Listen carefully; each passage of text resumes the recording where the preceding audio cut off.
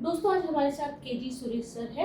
Doctor KG Suresh sir पहले director general Indian institute of mass communication Delhi में रह चुके हैं।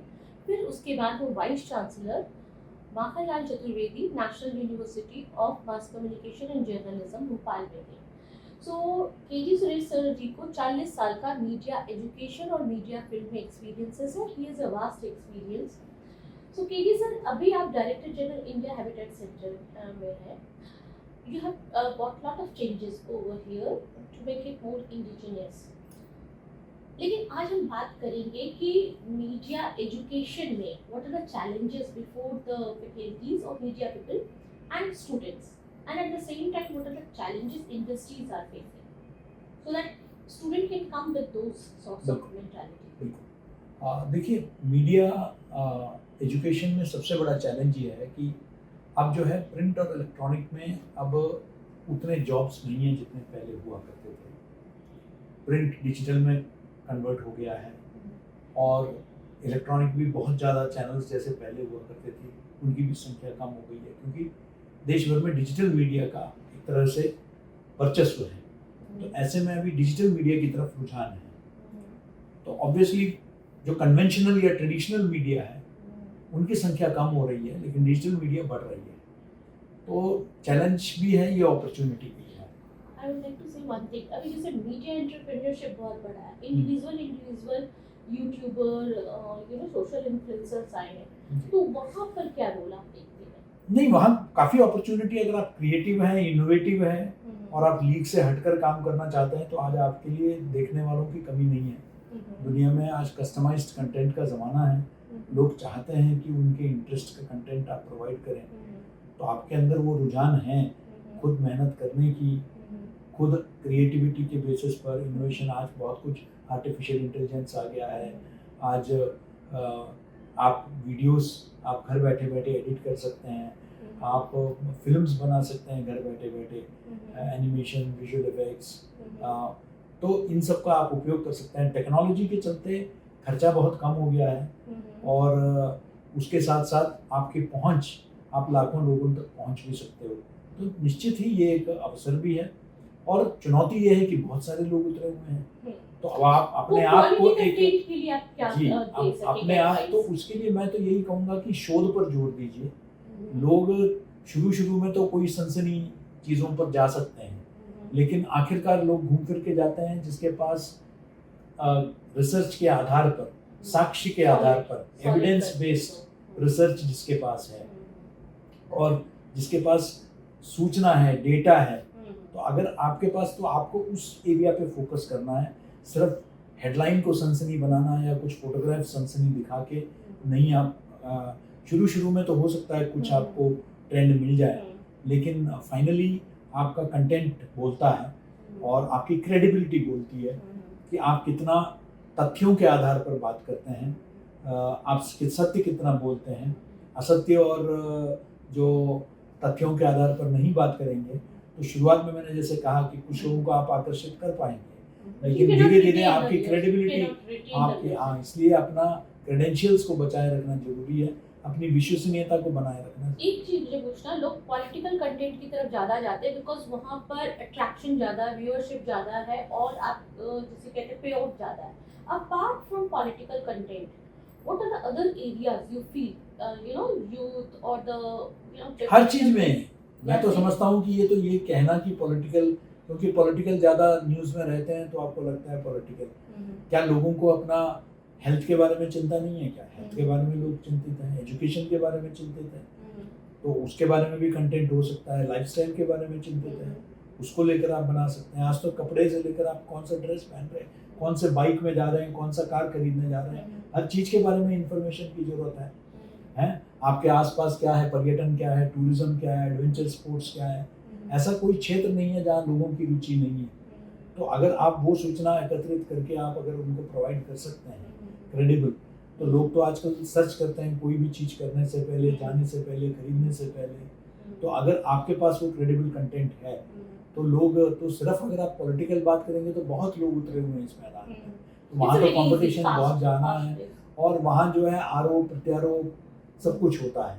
क्रेडिबल कंटेंट आप नीट कंटेंट, क्लीन कंटेंट अगर आप बना सकते हैं तो सोशल सेक्टर के बारे में आप बहुत काम कर सकते हैं। कृषि के क्षेत्र में बहुत काम है, विज्ञान के क्षेत्र में बहुत काम हो रखा है, आपके ग्रामीण इलाकों में बहुत काम हो रखा है। कई ऐसे वेबसाइट्स हैं, कई न्यूज़पेपर, कम्युनिटी न्यूज़पेपर्स हैं, गांव कनेक्शन है, खबर लहरिया है, ये सब लोग, हाँ, तो इस तरीके से, हाँ, तो वही हम बता रहे हैं। तो बहुत सारे ऐसे डिजिटल लेवल पर भी बहुत कुछ चल रहा है जिसमें आप जो है आप भी अपने उसी तरीके का लोकल चैनल्स को, क्योंकि जो बोस्टन में जो व्यक्ति बैठा हुआ है, बरेली से गया हुआ है, उसको हिंदुस्तान में क्या हो रहा है ये सब तो खबर वहाँ भी मिल जाएगी, लेकिन बरेली तो local for local, local for global, वो आजकल ट्रेंड है। हाँ, तो लोकल फॉर ग्लोबल, तो local content for a global audience, ये आज की नया। मुझे और पूछना, जैसे बहुत सारे लोग होते हैं वो कंटेंट क्रिएटर होते हैं, मतलब they may have a mind but they are not very good at photography और डिजिटल प्रमोशन। तो आपने कभी ऐसा सोचा है कि हम इस तरह का कोई सेमिनार नहीं करेंगे, उनका कॉन्फ्रेंस कर सके जहाँ ये सारे कॉन्फ्रेंस से नहीं होगा, ये तो ट्रेनिंग से में होगा। देखिए, ट्रेनिंग से होगा। मैं जब माखनलाल में वाइस चांसलर था तो मैंने इवनिंग कोर्सेज वर्किंग प्रोफेशनल्स के लिए सोशल मीडिया मैनेजमेंट में मैंने शुरू किया था। अच्छा। उसका उद्देश्य ही था कि आपको, और मोबाइल जर्नलिज्म में मैंने शुरू किया था वो जो तो जो लोग, क्योंकि इनको सिर्फ टेक्नोलॉजी बताना नहीं है, उनको, क्योंकि आज बहुत सारे तथाकथित नागरिक पत्रकार जो है तो बगैर किसी ट्रेनिंग के, बगैर किसी डिग्री के आज पत्रकारिता कर रहे हैं। ये आगे चल के फंस जाते हैं, ना इनको डेफेमेशन की अंडरस्टैंडिंग है, ना लाइबल की, ना स्लैंडर की, अवमानना की, किसी चीज़ का अंडरस्टैंडिंग नहीं है, संविधान के बारे में जानते नहीं हैं। तो हमें ऐसा कोर्स हमने डिज़ाइन किया था जिसमें टेक्नोलॉजी भी बताएंगे हम इनको, हम कैसे ऑडियंस तक पहुंचना है ये भी बताएंगे, साथ ही साथ हम उनको ये भी बताएंगे कि किस तरीके से आपको संविधान के हिसाब से, नियमों के अनुसार, कानून व्यवस्था के अंदर रहते हुए आपको कंटेंट तैयार करना है। सर, ये कोर्स अभी भी चल रहा है माखनलाल में? हाँ, माखनलाल में हमने शुरू तो किया था, अभी क्योंकि मैं 2 साल हो गए छोड़े हुए। अच्छा। तो मुझे ज़्यादा जानकारी। अच्छा। I just want to wrap up this session with words कि आप इंडिया हैबिटेट सेंटर्स में फिलहाल क्या-क्या चेंजेस ला रहे हैं, हाँ। और क्या-क्या चेंजेस लाने वाले हैं? देखिए, इंडिया हैबिटेट सेंटर के बारे में कई अवधारणाएं हैं। कई लोग इसको एक मीटिंग प्लेस देखते हैं, कई लोग इसको एक बैंक्वेट प्लेस देखते हैं, कई लोग इसको एक ईटिंग आउट प्लेस देखते हैं, रेस्टोरेंट देखते हैं, कई लोग इसको इंस्टीट्यूशनल ऑफिस देखते हैं। लेकिन इसका एक कॉमन आइडेंटिटी ये है कि ये एक इंटेलेक्चुअल सेंटर है, एक देश का एक बड़ा प्रतिष्ठित बौद्धिक केंद्र है, सांस्कृतिक केंद्र है।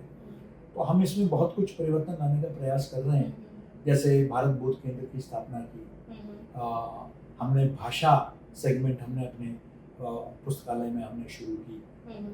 हम लोग जो है नेशनल स्टॉक एक्सचेंज के साथ कोलैबोरेशन करके हम यहाँ फाइनेंशियल लिटरेसी के प्रोग्राम कर रहे हैं। हमने यहाँ Indian council of philosophical research के साथ मिलकर हर महीने एक लेक्चर भारतीय दर्शन पर हम करा रहे हैं। हम लोग एक संलाप सीरीज लेकर भारत के अलग अलग विषयों को लेकर, अभी हम लोग शास्त्रार्थ पर कर रहे हैं। इससे पहले हमने नाट्यशास्त्र पर वर्कशॉप किया।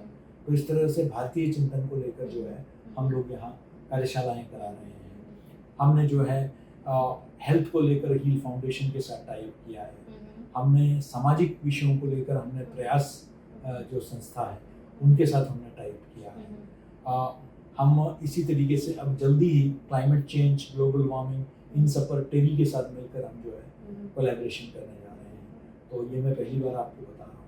तो ये एक नया सीरीज, क्योंकि हैबिटेट जो है, हैबिटेट रिलेटेड इशू, पर्यावरण, आवासन, इन सब विषयों पर चिंता करती है। तो हैबिटेट में हम लोग उससे जुड़े हुए विषयों पर भी जो है कार्यक्रम करेंगे। लास्ट थिंग, और हमने उत्सव सीरीज शुरू किया है, एक भारत श्रेष्ठ भारत की जो कल्पना है उसके अंतर्गत, जिसमें हम इस देश के हर त्योहार को हम अपने रेस्टोरेंट्स में मनाते हैं। तो विद फूड, तो हमने जो है ओणम भी मनाया, विशु भी मनाया, दिवाली भी मनाया, छठ भी मनाया, बहुत सारे यहाँ आयोजन किए।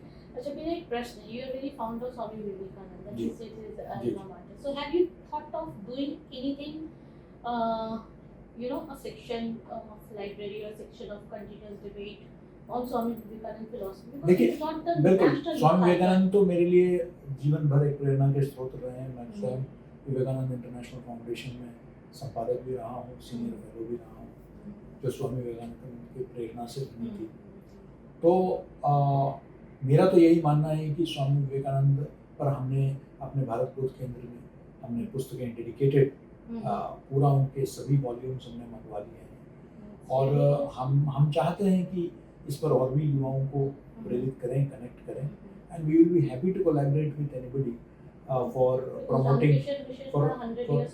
प्रमोटिंग यू नो स्वामी जी's मिशन। वी विल बी हैप्पी क्योंकि हम समझते हैं it is the need of the hour, not just for the youth. जिस तरीके से आज विश्व भर में आज जो हम कलह देख रहे हैं, क्लेश देख रहे हैं, कॉन्फ्लिक्ट देख रहे हैं, तो उसमें यूनिवर्सल ब्रदरहुड या वैश्विक भ्रातृत्व की बात जो है वो स्वामी जी ने कही थी। उन्होंने यूनिवर्सल एक्सेप्टेंस की बात कही थी, यूनिवर्सल रिलीजन की बात कही थी। तो मैं समझता हूँ कि 1893 में उन्होंने world parliament of religion Chicago में जो संदेश दिया उसकी सार्थकता और प्रासंगिकता अभी भी है। और आज जिस तरीके से विश्व में जो स्थिति है उसमें स्वामी जी का जो संदेश है, स्वामी जी की जो संदेश है वो मैं समझता हूँ कि बहुत ही प्रासंगिक है। Thank you, Suresh ji, for having such a heart-to-heart conversation with us, and you have spoken about your program for the Indian Habitat Center, what you are doing in the future. And thanks again. This is Madhvi Shri, your host, signing off from the Indian Habitat Center, New Delhi.